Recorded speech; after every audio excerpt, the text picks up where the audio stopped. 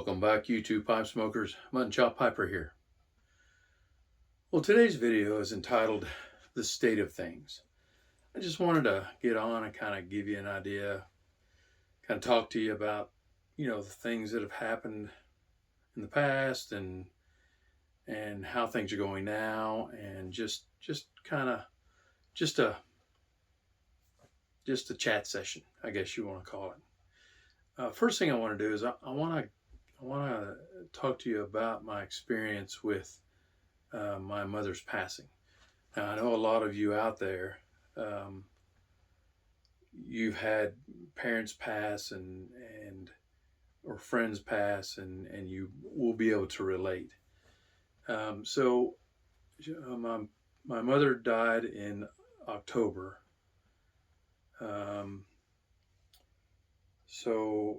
It's been around 6 months, a little bit more maybe. And I noticed that because I was my mom's primary caregiver, I mean, she had primary caregivers on a day-to-day basis, but in the family, I was the one that took care of a lot of her outside needs. I was going to the grocery for her, buying her groceries and getting her medication, coming over and visiting her, every other day or so, or every day. Or if she called me and said, "Hey, I need you to do this for me," I'd be there. I'd be the one that would be there to do those things. Now, it's no fault to my brother. He lives in Indiana. It's hard for him to get down. He got down when he could. But he couldn't do the day-to-day things that my mom needed. My sister, again, she was, I don't think she was mentally capable of, or physically. She just was a mess, unfortunately. So it fell to me. And I didn't mind.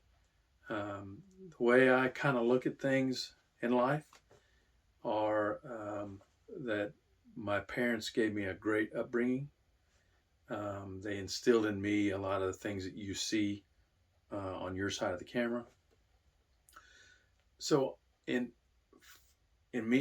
for me, I felt I owed it to her and to my dad to be there if they needed me for anything. As you grow older, you can do less and less for yourself. Unfortunately, it's just the way age works. Right now I'm okay.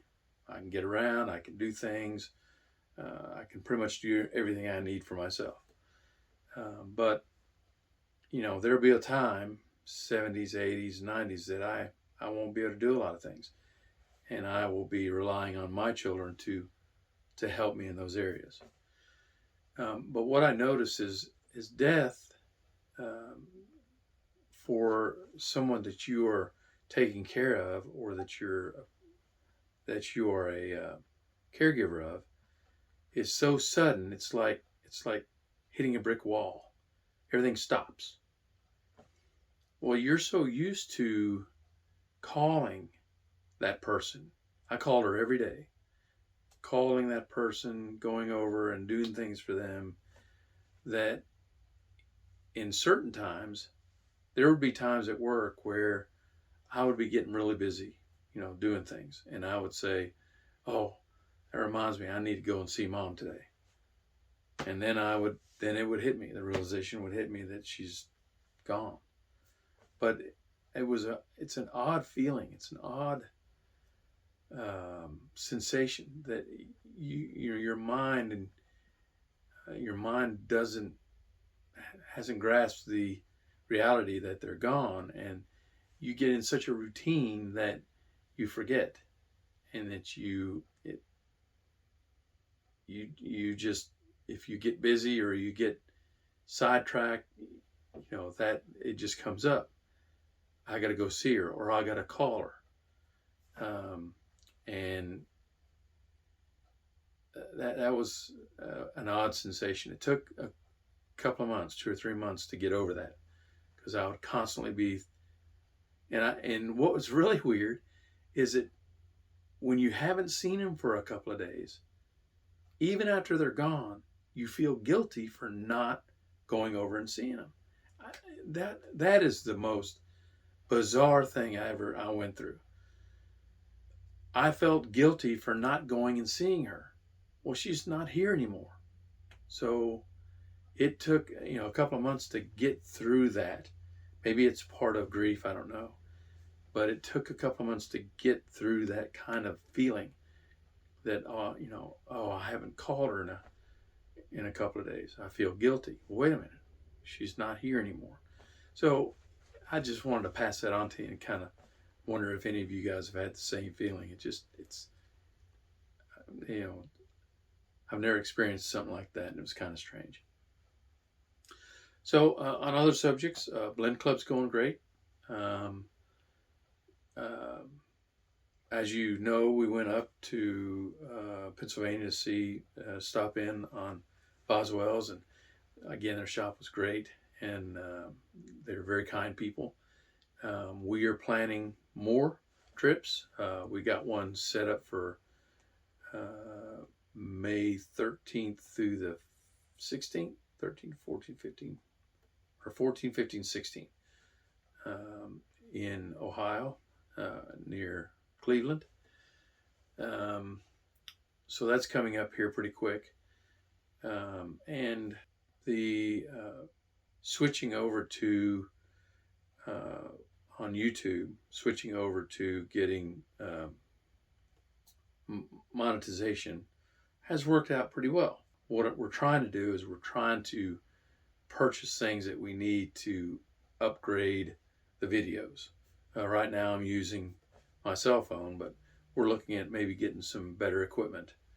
And last year, with going to Pennsylvania and purchasing some other things, we used up that money pretty quick. So so far, monetization is on track and doing what we wanted to do. The Pipe Club is doing great. We keep gaining Pipe Club members month over month, which is great. When I first started this channel, I didn't really understand YouTube all that much. And, all of a sudden, and I think I've told this story before, all of a sudden I'm getting, 100, then 500, then 1,000, then 2,000, then 5,000, then 10,000. And I got kind of freaked out. I said, well, wait a minute. Cause my thought of YouTube was, you got an idea, you put it on YouTube, and it's there for people to go and watch and enjoy. That's what my perception was. Then next thing you know, people start joining the channel and enjoying what I'm doing. So then I got kind of freaked out, like, oh man, what if I run out of things to say, or what if I say something that nobody likes, or so I just decided, you know what, I'm gonna do what I did, or put out videos the way that I first initially imagined what I'd do. Gather the information, put it on YouTube, and go with it. If people liked it, they did. If they didn't like it, they didn't. If they joined the Pipe Club, they could. If they didn't want to join, they didn't have to. It's not a big deal.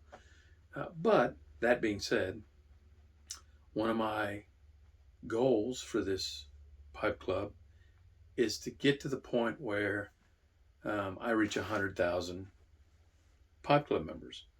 At 100,000, you get a cool looking silver plaque from YouTube. I think, yeah, that's pretty cool. I think right now we're sitting at 66,000, which, it'll take a while, but eventually, hopefully, maybe I'll get there. And when I get there, I'll show you the plaque, and we'll celebrate in some way. But right now, everything seems to be going good. We're planning some other things for this coming year, and hopefully the channel grows, and hopefully you're getting some value out of what I'm providing you. I know I'm not providing a lot right now, just Blend Club, but I'm hoping in the future that I'll be able to put in a little bit more time into making more videos for you guys to enjoy. Well, that's about it for this video. I hope you got something out of it. And until we speak again, I want to wish you and your family happy piping.